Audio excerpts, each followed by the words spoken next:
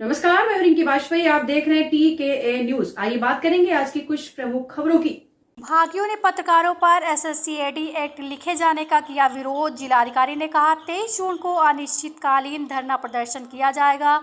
बेनीगंज हरदोई सरकार की लाख कोशिशों के बावजूद स्थानीय स्तर पर पत्रकारों का शोषण बंद नहीं हो रहा। ऐसे ही एक मामले को लेकर संडीला तहसील में जिलाधिकारी व पुलिस अधीक्षक के समक्ष भारतीय किसान यूनियन इंडिया के महिला जिला अध्यक्ष ने विरोध करते हुए अपनी बात रखी। उन्होंने कहा बीते 9 जून दिन रविवार को कोतवाली क्षेत्र बेनीगंज के रामपुर प्रतापपुर संपर्क मार्ग पर लकड़कट्टों द्वारा एक हरा भरा जामुन का पेड़ काट दिया गया, जिसको प्रकाशित करने वाले क्षेत्रीय पत्रकारों पर SSC-ST का मुकदमा दर्ज कराने के प्रयास किए जा रहे हैं, जबकि ऐसा पहले भी किया जा चुका है। उन्होंने कहा वन रेंज कछौना के अंतर्गत कुथावा क्षेत्र उपरोक्त गठजोड़ जीवनदायिनी वन संपदा के लिए अभिशाप बन चुका है, जिसके परिणाम स्वरूप उपरोक्त गठबंधन के द्वारा जीवन को खुशहाली व प्राणवायु देने वाले हरे भरे छाया व फलदार वृक्षों को प्रतिदिन कई संख्या में अकारण अल्पायु में काट दिया जाता है, जिसका दुष्परिणाम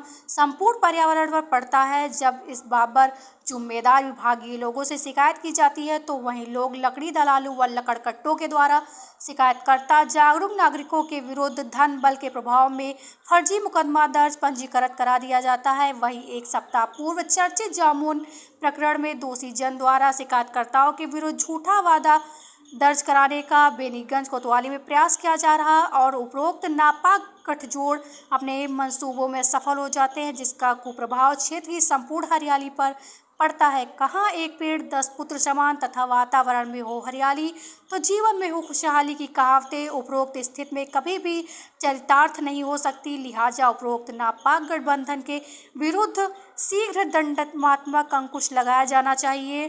23 जून को कोथावा ब्लॉक परिसर में अनिश्चितकालीन धरना प्रदर्शन व भूख हड़ताल किया जाएगा। पत्रकारों के साथ हो रहा अन्याय को कतई बर्दाश्त नहीं किया जाएगा। वहीं पीड़ित पत्रकारों ने स्थानीय पुलिस को दिए शिकायती पत्र के माध्यम से न्याय की गुहार लगाई।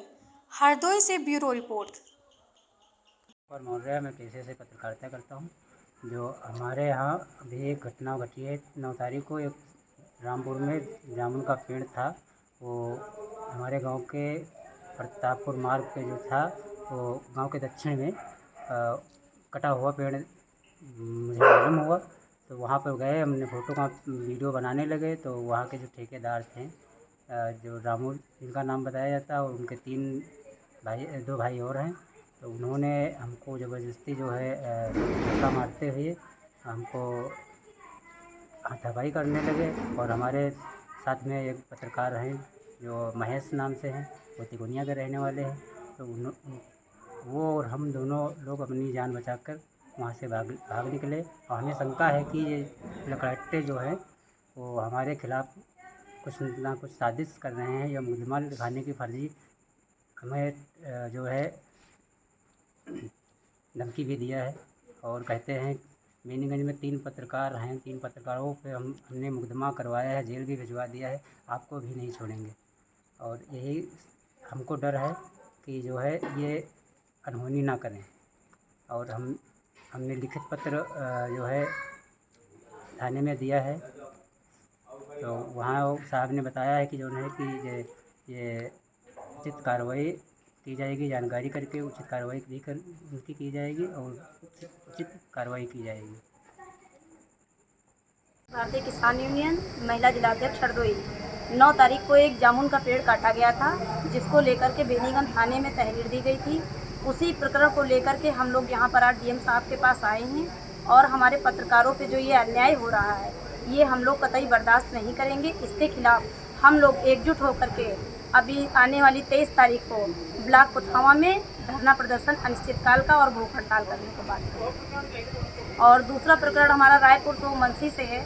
जो हमारे ये साथी हैं, इनकी ज़मीन खुद इन्होंने खरीदी है और विपक्षी कब्जा नहीं छोड़ रहा है। इसके लिए कई बार ज्ञापन दिया है और 1 साल हो गया है। DM साहब को भी मिलकर ज्ञापन दिया है, लेकिन अभी तक कोई सुनवाई नहीं हुई।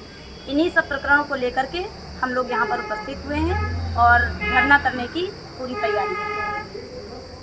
ये वन रेंज कछोना के कोतवाली बेनीगंज अंतर्गत बराबर अवैध कटान हो रहा है, ये कैसे रुकेगा, इस पे कैसे लगाम लगेगी?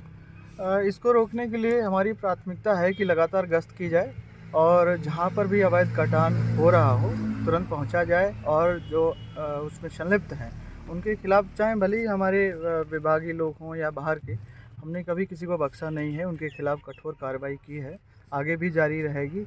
और मैं खुद रात में या दिन में जब भी मौका मिलता है मैं क्षेत्र में ज़्यादातर अपना समय व्यतीत करता हूँ ताकि इस तरीके की चीज़ें ना हो, और आगे भी जारी रहेगा। लेकिन सर ये आप कई बार कह चुके हैं, अब तक बराबर सूचनाएं मिलती रहती हैं कि पेड़ काटे गए, पेड़ काटे गए, कहीं न कहीं पर्यावरण के साथ में समझौता हो रहा है, ऐसा प्रतीत होता है। कैसे ये सही हो पाएगा? कहीं न कहीं कोई एक सिंडिकेट टाइप का काम कर रहा है, एक गठजोड़ टाइप का, जिसके अंतर्गत मिले होते हैं जो मैं नाम नहीं लेना चाहूँगा किसी का, लेकिन है बहुत ही ऑर्गेनाइज तरीके से काम होता है। तो उसमें एक चैलेंज है हमारे सामने, फिर भी मैंने कोशिश किया है, लगातार जारी है, और मैं एक दिन अपनी कोशिश में कामयाब होके रहूँगा। और एक दिन आएगा जब बिल्कुल अवैध कटान नहीं होगा, कोई भी इलीगल चीज़ें नहीं होंगी। सर क्या लगता है कि बिल्कुल रोक देंगे या फिर कहीं न कहीं आप कहाँ तक दौड़ेंगे, कहाँ तक प्रयास करेंगे एक रेंजर होने के नाते?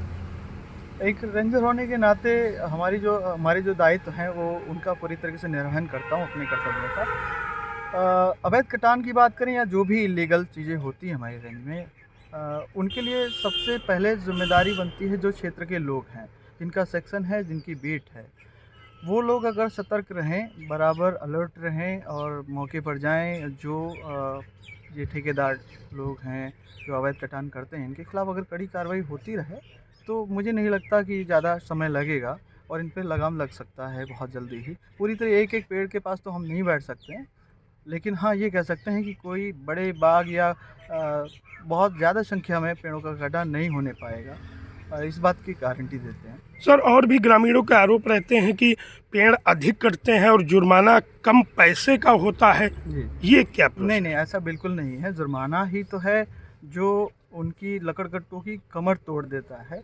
हमारे यहाँ जुर्माना लगता है और पेड़ के हिसाब से जुर्माना लगता है, प्रति पेड़ के हिसाब से। पेड़ चाहे पतला हो या चाहे जितना मोटा हो, जुर्माना हम लोग वसूलते हैं उनसे, उनकी रसीद उनको दी जाती है। और ख़ासकर जो अभिवहन गलत तरीके से अगर अवैध लकड़ी ले जाई जा रही है तो जो उसमें वाहन प्रयुक्त होता है उस पर जुर्माना लगता है। जैसे ट्रैक्टर ट्राली पे 1 लाख रुपए का जुर्माना है, तो 1 लाख रुपए से कम की रसीद नहीं कट सकती। इस तरीके से हम कोशिश करते हैं कि जुर्माना जब ज़्यादा पड़ेगा तो अवैध नहीं होगा कोई चीज़। पर्यावरण संरक्षण को लेकर क्या आप किसी नए तरीके से कार्य करेंगे सर?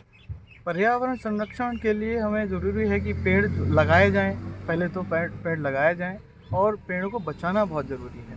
पेड़ लगाने से ज़्यादा ज़रूरी पेड़ बचाना भी है। हम भले ही 10 पेड़ लगाएं लेकिन उनको बचाएं और वो सर्वाइव करें, तो सर्वाइवल पे ज़्यादा जोर है।